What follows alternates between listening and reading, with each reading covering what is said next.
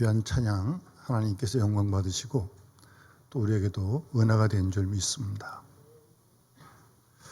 사실 제가 가사를 가만히 이렇게 읽어보니까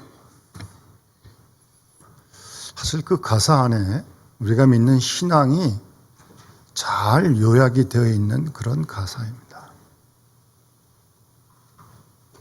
우리가 믿는 주님은 말씀이 육신이 되어 성육신하셔서 이 땅에 오신 우리 주님이십니다. 우리 다 알고 있어요. 모르진 않아요. 근데 지식적으로 아는 것으로 끝나면 별로 재미없고요. 사실은 말씀이 육신이 되어 우리 가운데 오셨다는 이 사건 자체가 가사에 나와 있지만 정말 하나님의 크신 사랑입니다. 그 사랑이 오늘도 지금도 우리와 함께 하신 줄 믿습니다. 예? 그 사랑이. 우리가 그 사랑을 경험해야 합니다. 알고 있는 가지고 안 된다니까요. 느낄 수 있어야 한다니까요. 그 사랑을 경험할 수 있어야 돼요. 그때 그 사랑이 우리를 감동하시는 겁니다. 그럴 때 사랑이 흘러나가는 거죠. 어떻게 그런 사랑을 받고 가만히 있어요? 그 놀라운 사랑, 그 크신 사랑을 받고 어떻게 가만히 있어요? 사도 바울처럼 그 사랑이 감동하시는 거예요. 그래서 바울이 그토록 목숨 내놓고 죽을 때까지 복음 전할 수 있었던 겁니다. 사랑이 감동을 하니까.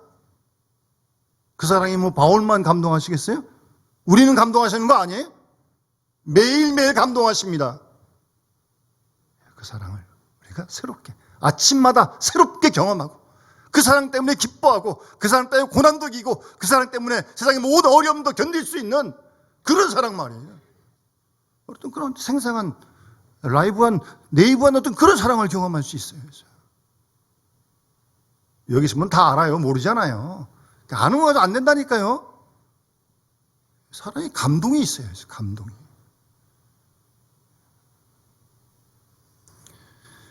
그리고 가사 그 끝에 보니까 그런 가사가 있네요. 그 사랑이 지금도 내 안에 있다는 거예요. 문제는.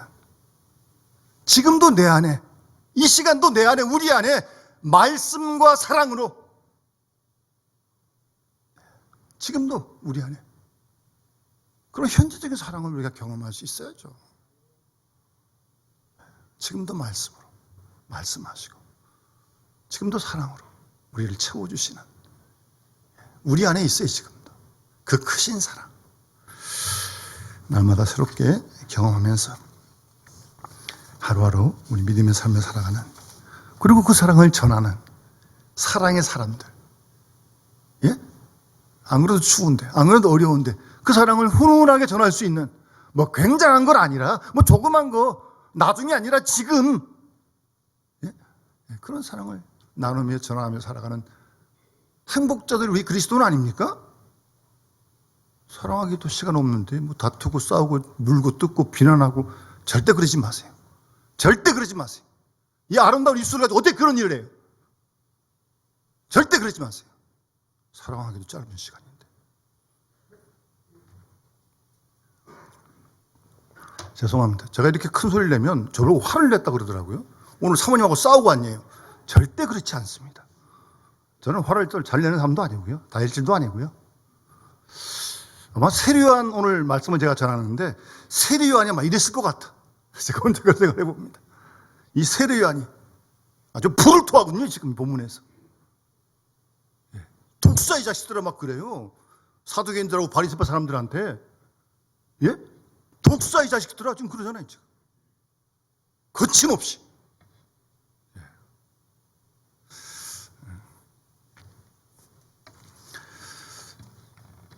세례요한은 예수님보다 6달 먼저 태어난 예수님과 친척입니다.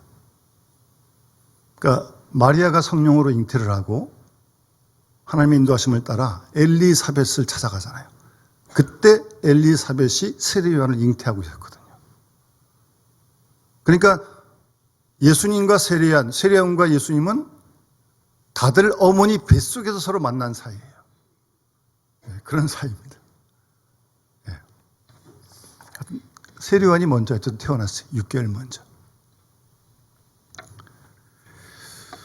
그래서 오늘 본문을 통해서 이 세례요한이 무엇을 말씀하시는가 좀 우리가 좀 귀를 기울이고요. 어떻게 살았는가. 결론은 세례요한은 오늘 말씀대로 주의 길을 예비하고 준비하는 자의 삶을 사는 거거든요. 그게 세례요한의 소명이에요. 우리도 사실은 뭐 그런 소명이 우리에게 있는 거 아니에요? 주의 길을 예비한다는 말은 우리 지난주 들은 예수님의 기도처럼 하나님의 이름을 높여드리고 하나님의 뜻을 이루어드리는 그런 삶이죠.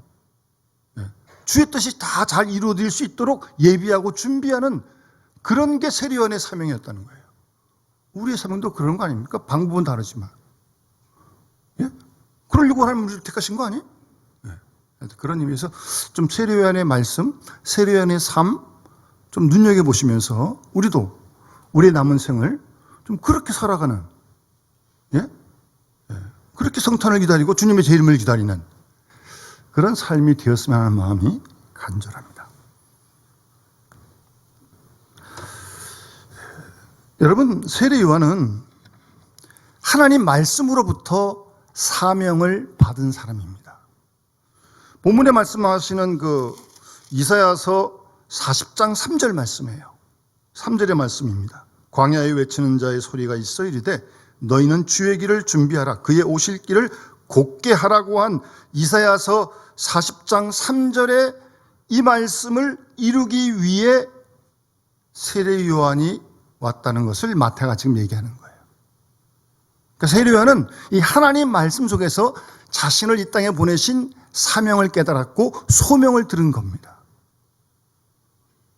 여러분, 우리도 하나님이 우리를 이 땅에 보내신 목적이 있을 거 아니겠어요? 우리 각자 여러분 한 분 한 분에게 원하시는 사명이 있지 않겠습니까? 그런 사명과 소명을 우리도 하나님 말씀 속에서 찾을 수 있길 바랍니다. 하나님 말씀 속에서 들으실 수 있길 바랍니다. 내 개인적인 어떤 생각이나 신념이 아니라 하나님 말씀이 나에게 주시는 그 사명, 그 소명을 우리도 붙잡을 수 있길 바랍니다. 세례요한처럼.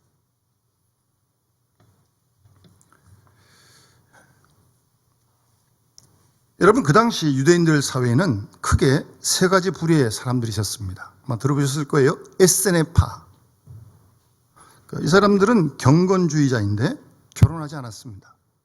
그리고 은둔 생활을 했습니다.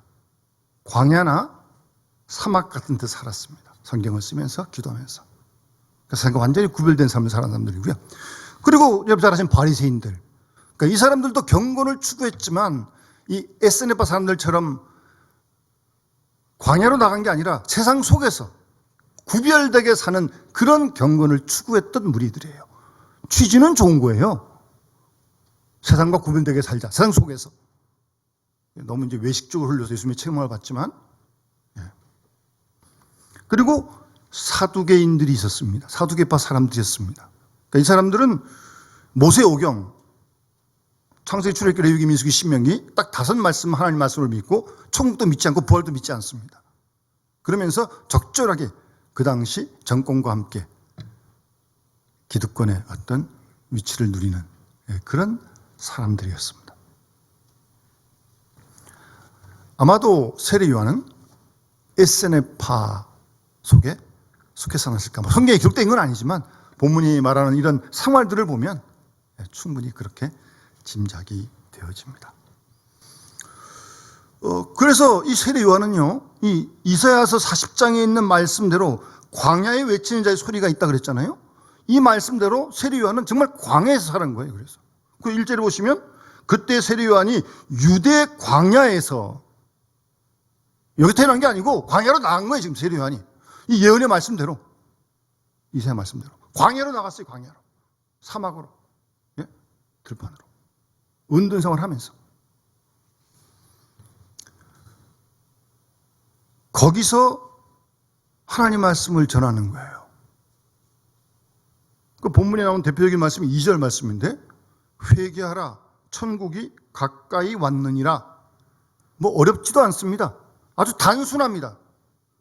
그러나 뭐 수식어도 없고 뭐 장황한 말도 아니고 회개해라. 하나님 나라에 가까웠다. 그렇게 선포를 한 거예요. 세례 요한이.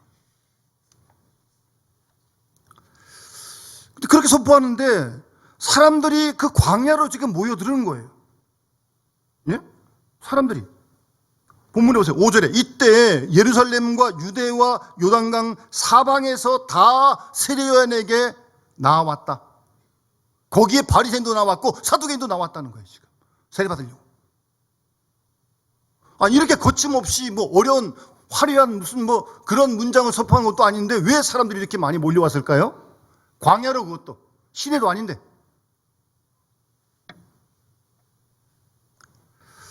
여러분 아시는 대로 마지막 선지자가 말라기입니다. 구약에. 말라기 선지자 이후 400년 동안 성경을 보면 선지자가 없어요. 나타나지 않아요.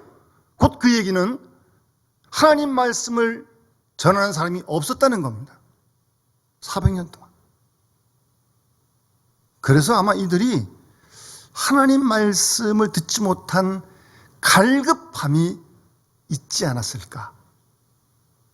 그래서 뭐 말을 잘하는 세례요한이 아니고 거침없이 막 외쳐대는 이 하나님의 음성에 귀를 기울이게. 아모스 8장에 보면 11절에 주 여호와의 말씀이니라. 보라 날이 이를지라. 내가 기근을 땅에 보내리니 양식이 없어 주림이 아니요 물이 없어 가람이 아니요 여호와의 말씀을 듣지 못한 기갈이라 라고 말씀합니다. 막 그런 기갈을 400년 동안 지냈기 때문에 이런 세례 요한의 외침이. 그러니까 지금 사방에서 지금 몰려드는 거예요. 지금 여러분, 우리가 어려운 시대를 살고 있어도 양식이 없어 주림이 아니고 물이 없어 가람이 아니라 하나님 말씀을 듣지 못하면 우리 영혼에 가뭄이 기갈이 오게 마련입니다. 영혼이 메말라져가지고 기쁨도 감사도 없고 하루하루 그냥 그럭저럭 살아가는 거죠.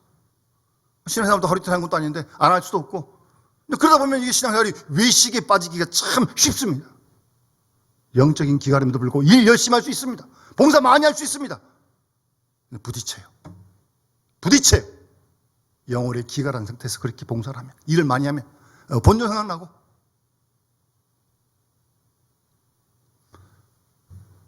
하나님 말씀이 들려와야 합니다. 그래서 우리가 날마다 성경 읽는 거예요. 성경 쓰는 거예요. 하나님의 음성을 듣기 위해서요. 그러니까 이토록 어떤 갈급함이 있었기 때문에 거침없이 외치는 이 세례요한의 설교를 듣기 위해서 광야로 온 사방에서 지금 몰려든 것입니다. 그 말라기 4장 5절에 보면 보라 여호와의 크고 두려운 날이 이르기 전에 내가 선지자 엘리야를 너에게 보내리니 그가 아버지의 마음을 자녀에게로 돌이키게 하고 자녀들의 마음을 아버지에게로 돌이키게 하리라. 이런 말씀이 있어요. 그러니까 말라기 4장 5절에 엘리야를 보내겠다는 말씀이 있거든요. 그러니까 이 말씀을 아는 유대인들은 저 세례요한이 이 엘리야가 아닌가, 말라기 선지자가 말했던 400년 전에 라고 생각했을 만큼, 혼돈할 만큼 세례요한을 그렇게 주목하고 있었던 것이고, 그의 소리에 귀를 기울이고 지금 세례받으러 온 거예요. 세례받으러.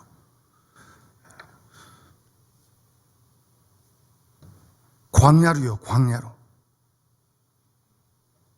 여러분, 우리가 지금 뭐 이 도심에서 생활을 하고 있지만 우리도 신앙적으로 어떤 광야로 가려면 세상에서 나와야죠. 세상 속에 살고 있지만 세상에서 나오는, 그래서 광야로 가는 어떤 그런 시도, 그런 마음, 그런 시간 우리에겐 절대적으로 필요합니다. 그렇지 않고 세상에 파묻혀가지고 세상 사람과 똑같이 산다면 뭐 다를 바가 별로 없는 거죠. 그렇다고 뭐 다 지금 뭐 도심을 떠나는 거 아니에요? 도심을 떠나지 않더라도 세상에서 광야로 나가는, 지금 이 소리를 들고 광야로 지금 다 나간 거 아니에요? 어떤 그런 시도, 그런 자리, 그런 시간이 있어야 한다는 말씀입니다.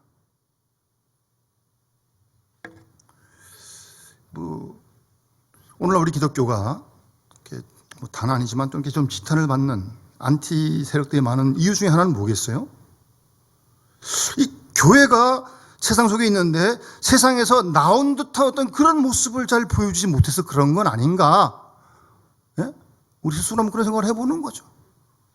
세상과 똑같이 생각하고 세상과 똑같이 활동을 하고 세상의 방식이 통하고 있고 세상의 인기몰이를 하고 있고 교회에서. 죄송합니다.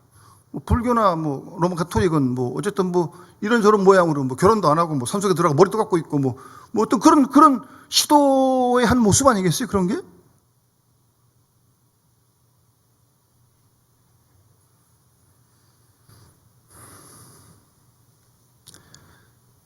몰려나온 사람들은 회개하라는 메시지에 주목했던 것입니다. 회개하라, 회개하라.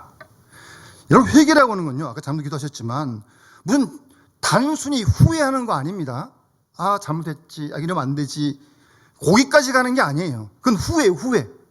후회는 다른 유다도 했어요. 회개는 그런 게 아니에요. 회개란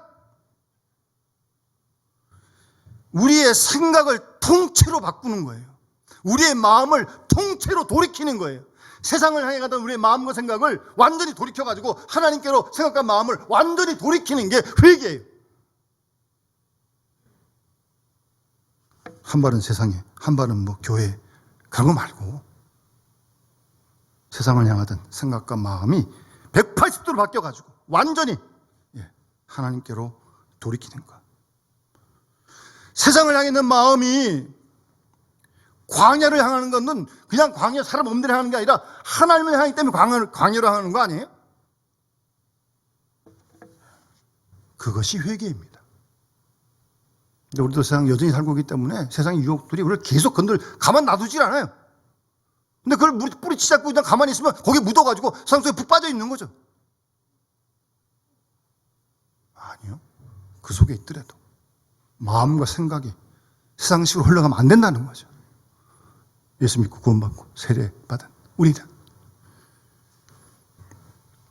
그래서 세례요한은 본문에 보면 낙타 털옷을 입었고 가죽띠를 띠고 음식은 메뚜기와 석청을 먹었다고 4절에 기록하고 있습니다.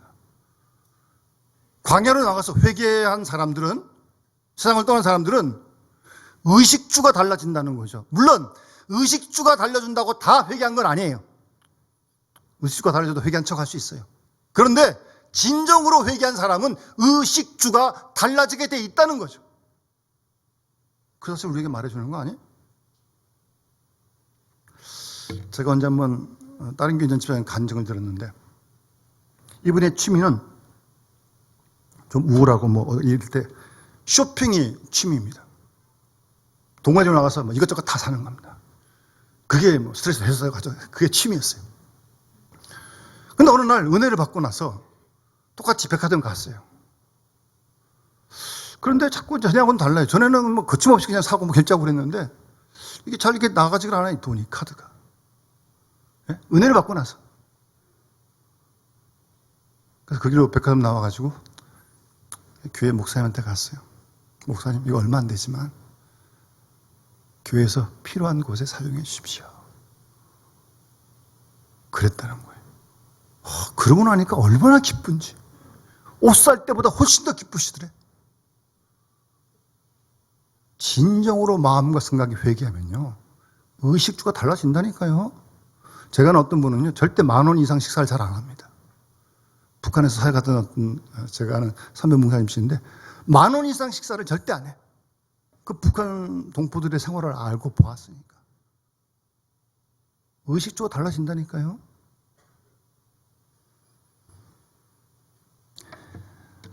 그러니까 회개하고도 의식주가 달라지지 않는다? 그 뭔가 좀 다시 한번 회개를 생각해 봐야 됩니다. 세례요한은 광야를 택했고 광야에서 낙타털옷, 가죽띠, 맥주 서청을 먹고 살았습니다. 그냥 시골에서 요즘 뭐 시골 뭐 그런 프로 있잖아요. 밥상 뭐 그냥 그렇게 생활한 거예요. 그런데 그 세례 요한이 전하는 메시지, 그러니까 그 메시지에 맞는 삶을 산 거죠. 그러니까 힘이 있는 거예요. 그러니 권세가 있는 거고, 그러니 사람들이 몰려드는 거예요. 본인이 선포하는 메시지에 합당한 삶을 사는 거예요. 여러분, 이게 어려운 거 아니에요?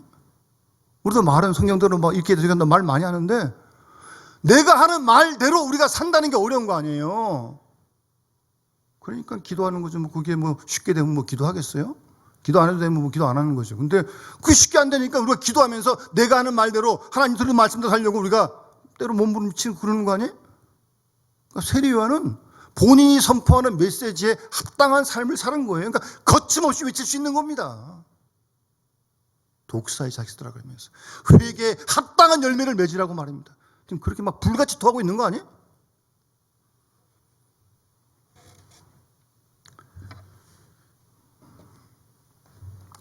그러면 이제 회개로운 그들에게 세례요한이 물세례를 준 거죠. 그 당시에는 침례죠. 정확히 얘기하면 뭐 갈릴리 그런데 쑥 들어갔다 나오는 거죠. 침례였거든요. 그 당시는. 여러분 다 세례 대부분 다 받으셨는데, 여러분 이 물세례의 근거가 어디 있는지 우리가 좀 정확히 좀 알 필요가 있습니다. 구약성경 출애굽기 19장 10절 말씀 보면 여호와께서 모세에게 이렇게 말씀하십니다. 십계명 주시기 전에 말씀하시는 거예요. 너는 백성들에게 가서 오늘과 내일 그들을 성결하게 하며 그들에게 옷을 빨게 하고 준비하게 하여 셋째 날을 기다리게 하라. 하나님이 모세에게 그렇게 명령하라고 말씀하십니다. 십계명 받기 전에. 하나님께 나올 때는 성결하게 하라는 거죠. 성결하게. 하나님이 거룩한 분이시니까. 그래서 성결하게 하는 거예요. 그래서 옷도 빠는 거예요. 옷을 빨아서 새롭게 입는다는 거죠. 새 옷으로. 새 거 사 입는 게 아니고 옷 빨아가지고 깨끗해 한다는 거죠. 그러니까 옷을 빨아서 새롭게 입는 것은 그만큼 마음을 더 정결하게 준비한다는 거죠. 성결하게 거룩하게 한다는 거죠. 그러고 하나님께 나가야 된다는 거예요.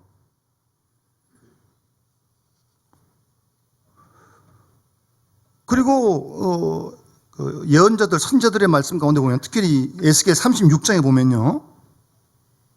내가 너희를 여러 나라 가운데서 인도하여 내고, 하나님께서 이스라엘들에게 하신 말씀인 게 에스겔 선지를 통해서 여러 민족 가운데서 모아 데리고 고국 땅에 들어가서, 그 다음 36장 25절입니다. 맑은 물을 너희에게 뿌려가지고 너희를 정결하게 하되, 맑은 물을 뿌려가지고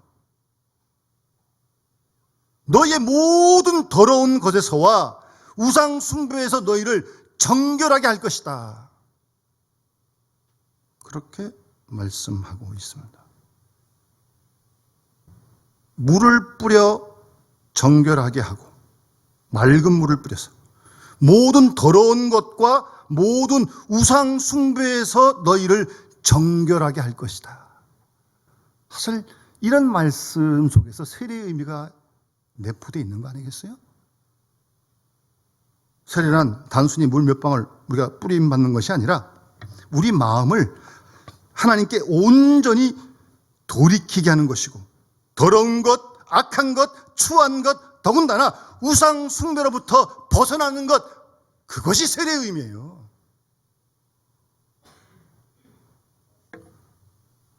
따라서 우리 속에 계속 침투하고 있는 이런 더러운 것, 세상 것, 우상 숭배, 이거 여러분이 씻어내지 않으면, 예? 그러니까 여러분, 루터가 매일 세례라고 하는 용어와 개념을 썼거든요. 세례는 한 번 받는 거죠. 여러분 대부분 다 받으셨잖아요? 그러나 그 의미는 매일 되새겨야 되는 거예요. 아침마다 새롭게 눈을 뜨면 하루 시작하면서 하나님 오늘도 저에게 정한 마음을 창조해 주시고 정직한 영을 새롭게 해주시라고 날마다 기도해야 돼요. 날마다.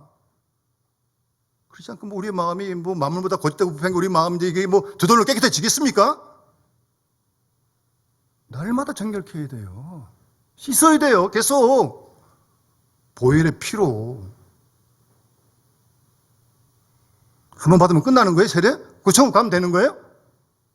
참 쉽게 믿습니다. 의미를 매일 세례, 매일 베프티즘, 데일리 베프티즘이라고 이렇게 매일 세례 용어를 루터가 사용했던 것입니다. 놀라운 것은 이 바리새인 사두개인도 지금 여기 세례 받으러 왔어요, 지금. 예? 이게 놀라운 거 아니에요? 거기다 대놓고 또 어떻게 세례 요한은 이 독사의 자식들아 막 아주, 예? 그래도 뭐 돌아가지 않은 걸 보면 또 갔다는 얘기는 없으니까 거기다 거침없이 그냥 선포합니다. 예? 독사의 자식들아. 이거 참 쉽지 않은 거 아니에요?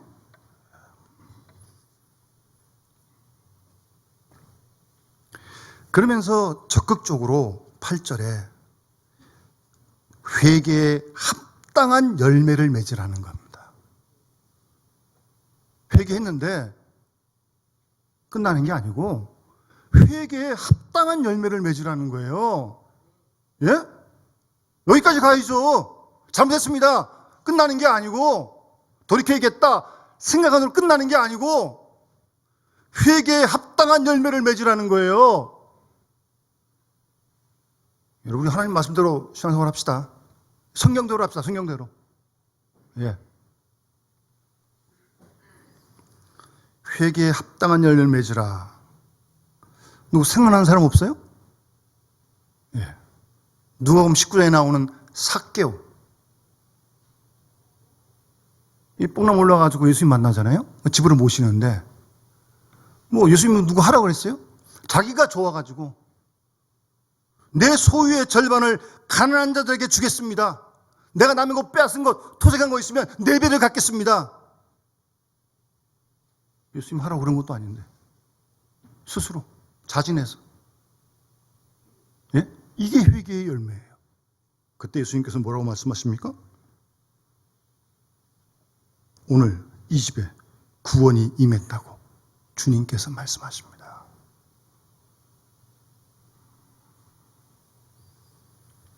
회개에 합당한 열매가 있을 때 거기에 구원이 임하는 것입니다. 분명히 기억해야 합니다.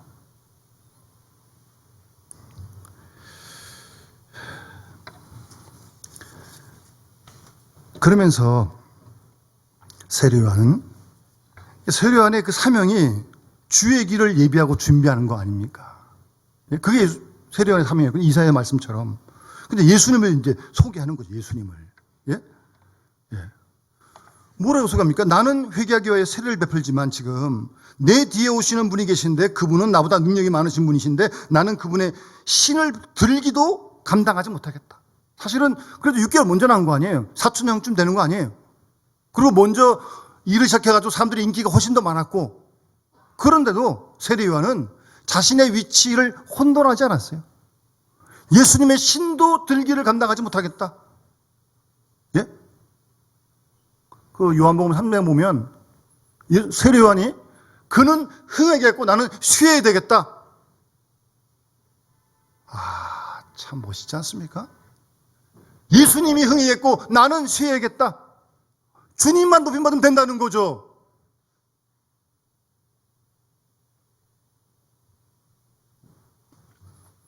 그의 신을 들기도 감당하지 못하겠다. 나는 물로 세례를 주지만 그분은 여기 말씀 보세요. 성령과 불로 너에게 세례를 베푸실 것이라고 말씀하십니다. 요한복음 3장에 예수님께서 니고데모와 대화하실 때 물과 성령으로 거듭나지 아니하면 하나님 나라에 들어갈 수 없다 라고 말씀하셨어요. 물 세례 물론 받아야 되지만 여기 표현대로 성령 세례도 받아야 되는 거예요. 계속해서. 예수님은 성령과 불로 너에게 세례를 베푸실 것이다. 그렇게 세례 요한은 예수님을 소개하고 전하고 있는 것입니다. 그분이 오시는 길을 준비하는 게 자기 사명이고 자기는 세우면 되고 주님만 흥하면 되는 거고 주님의 뜻이 이루어지고 주님의 이름만 높이면 되는 거예요. 자기 아무런 상관없어요. 그런 사람이 세례 요한이었던 것입니다. 그런 다음에 이제 오늘 읽지 않았습니다만 이어지는 말씀 속에 세례 요한에게 예수님이 세례 베풀려고 그래요. 세례 요한이 무슨 말입니까? 내가 받아야지. 내가 어떻게 예수님에게 세례 줍니까? 지금 그러면서 피했는데 허락해라.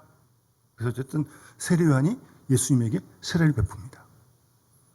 여러분, 예수님은 우리가 믿는 대로 죄 없인 분이십니다. 그럼 세례 받을 필요 없는 거죠. 그런데 세례 받으셨어요. 뭐예요? 죄인된 우리를 구원하시기 위해 주님은 공생애를 시작하시면서 죄인된 우리와 똑같이 똑같은 모습으로 세례를 받으시는 거예요. 우리를 구원하시기 위해서. 그 죄 없는 예수님이 죄 있는 우리를 위해 대신 십자가에 돌아가시기 때문에 죄 있는 우리가 구원받는 거 아니에요? 그래서 세례까지도 받으시고 공생애를 시작하시고, 그때 세례 받으시고 이제 물에서 올라오시는데 하늘이 열리고, 16절 말씀에 하늘이 열렸어요. 성경에 보면 하늘이 열린 사건들이 몇 번 있는데, 야곱이 에서가 죽이려고 그럴 때 외삼촌 집에 가다가 돌 베고 자다가 꿈을 꿨는데 하늘이 열리는 꿈을 꿨어요. 사닥다리가 하늘에 닿았는데 천사들이 오락내리락 하고 있는 꿈을 꿨어요. 에스겔은 포로로 잡혀가 있는 그발강가에서 하늘이 열리는 환상을 보았고, 스데반은 돌 맞아 죽으면서 하늘이 열리는 주님이 보좌 우편에서 일어서신 것을 보았어요. 하늘이 열리는 걸 본 사람들은 스데반처럼 돌에 맞아 죽으면서도 그들을 용서할 수 있고요. 하늘이 열리는 경험을 한 사람들은 이 땅에서의 모든 시험과 유혹을 넉넉히 이길 줄 믿습니다. 하늘이 열리는 경험을 한 사람은 이 땅의 것이 그렇게 크게 보이지 않을 거예요. 확실하게. 지금 그런 일이 일어났고, 그 다음 하늘에서 음성이 들리기를, 중요한 말씀이에요. 17절에 이는 내 사랑하는 아들이요 내 기뻐하는 자다. 이 음성이 하늘에서 들려옵니다. 예수님도 듣고 세례도 들었겠죠. 이는 내 사랑하는 아들이요 내 기뻐하는 자다. 사실 이 말씀을 그냥 슥 지나칠 수 있는데 아니에요. 이 세례받고 올라오실 때 예수님이 들으신 이 하나님의 음성이 결국 예수님으로 하여금 십자가의 길을 가기까지, 예수님이라고 그게 두렵지 않겠습니까? 십자가의 죽음이, 비난이, 고통이. 그러나 그런 모든 것들을 다 이길 수 있던 그 힘의 원동력은 내 사랑하는 아들이요 내가 기뻐하는 자다라고 하는 그 하나님의 음성이. 그러니까 주님의 하나님의 사랑을 경험할 수 있었고 느낄 수 있었고 계속, 그리고 하나님이 자기를 기뻐하신다는, 그게 예수님 마음도 기쁨이 있었던 거 아니겠어요? 그래서 십자가의 죄를 기꺼이 다 질 수 있었던 겁니다, 여러분. 잘 한번 묵상을 해보세요. 여러분, 오늘 우리에게 필요한 것이 무엇입니까? 돈? 물론 필요하죠. 돈이면 다 됩니까?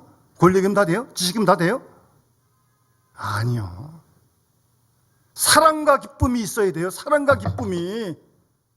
예? 그게 제일 중요한 거 아니에요? 하루하루 살아갈 때 사랑이 느껴지고 그 사랑을 베풀고 주님이 나를 사랑하신다는, 기뻐하신다는 그 기쁨이 내 마음속에 샘솟을 때 고난도 이길 수 있는 거 아니에요? 그런 사랑과 기쁨이 없으니까 사람들이 폭력적이 되고 음란해지고 이상한 걸 찾아다니고, 예? 사랑과 기쁨이 없으니까 생활이 더 팍팍해지고요, 아주.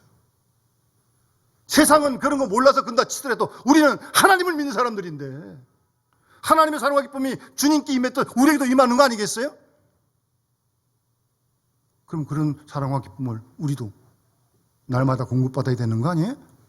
예? 새록새록 솟는 사랑과 기쁨. 이 예배 시간에 혼자 말씀을 묵상할 때, 혼자 기도할 때 그 사랑과 기쁨을 가지고 살아가는 겁니다, 여러분. 그래야 버틸 수 있고 견딜 수 있습니다. 그거 없으면 돈 가지고 다 됩니까? 돈도 필요하지만 돈 가지고 되는 게 아니에요, 다. 이런 사랑과 기쁨을 하나님이 오늘도 우리에게 부어주실 줄로 믿습니다. 우리 사랑하시니까 우리도 이 음성 듣고 이 사랑과 기쁨을 경험하면서 흥분되는 거 아닙니까, 여러분? 그러고 살아가는 거예요. 이 추운 날씨도, 어려울 때도 말입니다. 내가 매일 기쁘게 걸어가는 거예요, 주의 길을. 예? 그런 믿음의 신앙생활 우리 다 같이 함께 힘써 갈 수 있기를 주님을 축원합니다. 우리 찬송 420편 찬양 드리면서 봉헌하도록 하겠습니다.